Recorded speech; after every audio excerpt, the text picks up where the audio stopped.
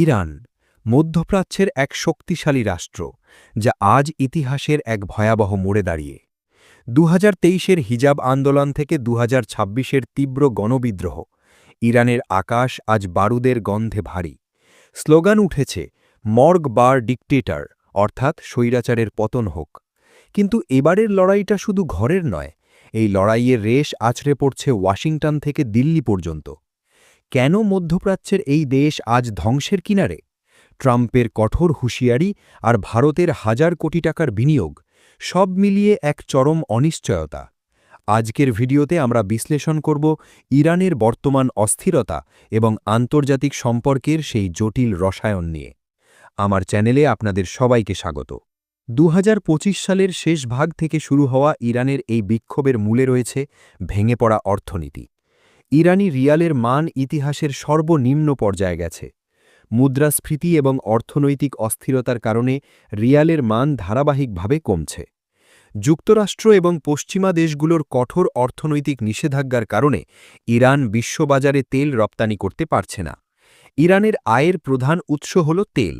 এই আয় কমে যাওয়ায় দেশে বৈদেশিক মুদ্রার অর্থাৎ ডলারের চরম সংকট তৈরি হয়েছে যা পণ্য আমদানির খরচ বহুগুণ বাড়িয়ে দিয়েছে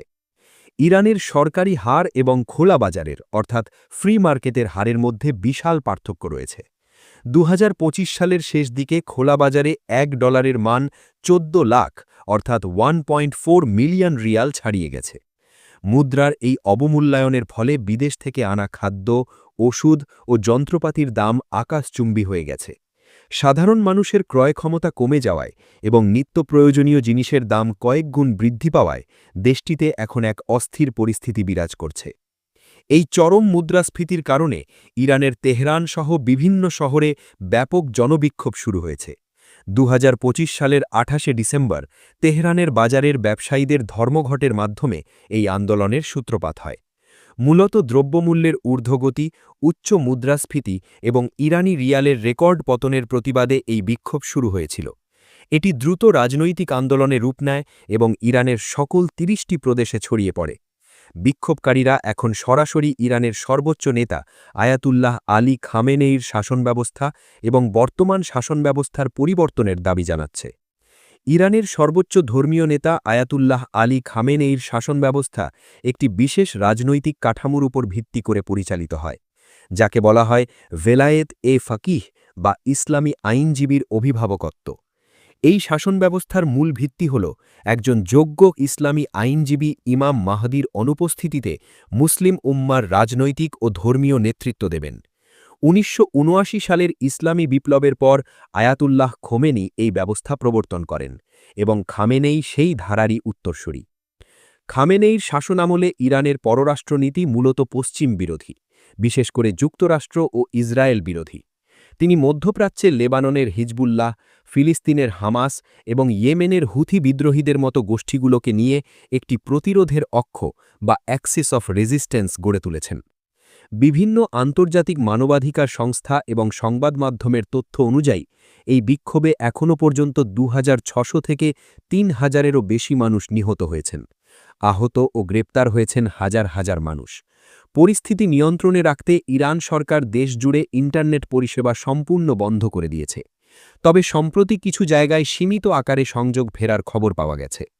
মার্কিন প্রেসিডেন্ট ডোনাল্ড ট্রাম্প বিক্ষোভকারীদের প্রতি সমর্থন জানিয়েছেন এবং ইরান সরকারকে সতর্ক করেছেন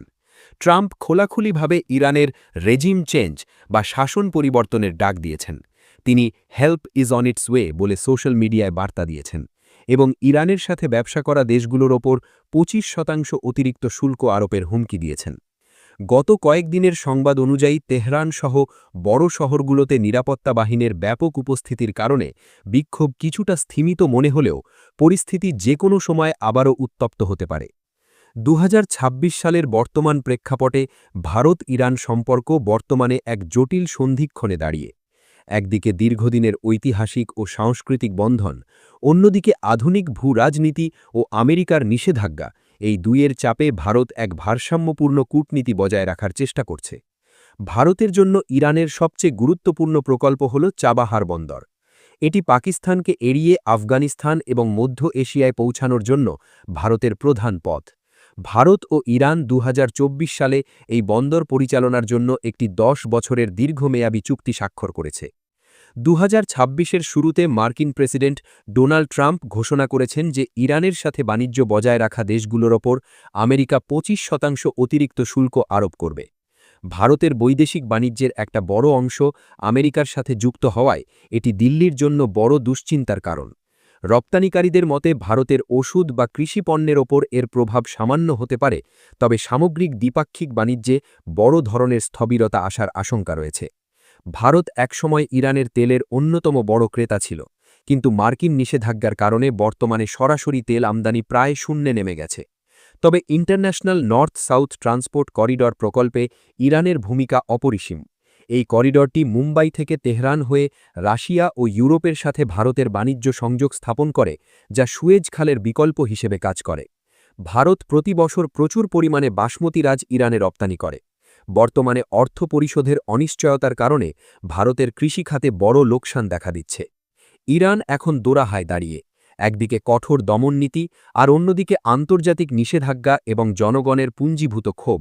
দেশটির শাসন ব্যবস্থা কি সিরিয়ার আসাদ সরকারের মতো টিকে থাকবে, নাকি ইতিহাসের চাকা নতুন কোনো দিকে ঘুরবে? সময় এর উত্তর দেবে। আপনার কি মনে হয়, ইরানের এই আন্দোলন কি সফল হবে? কমেন্টে আপনার মতামত জানান।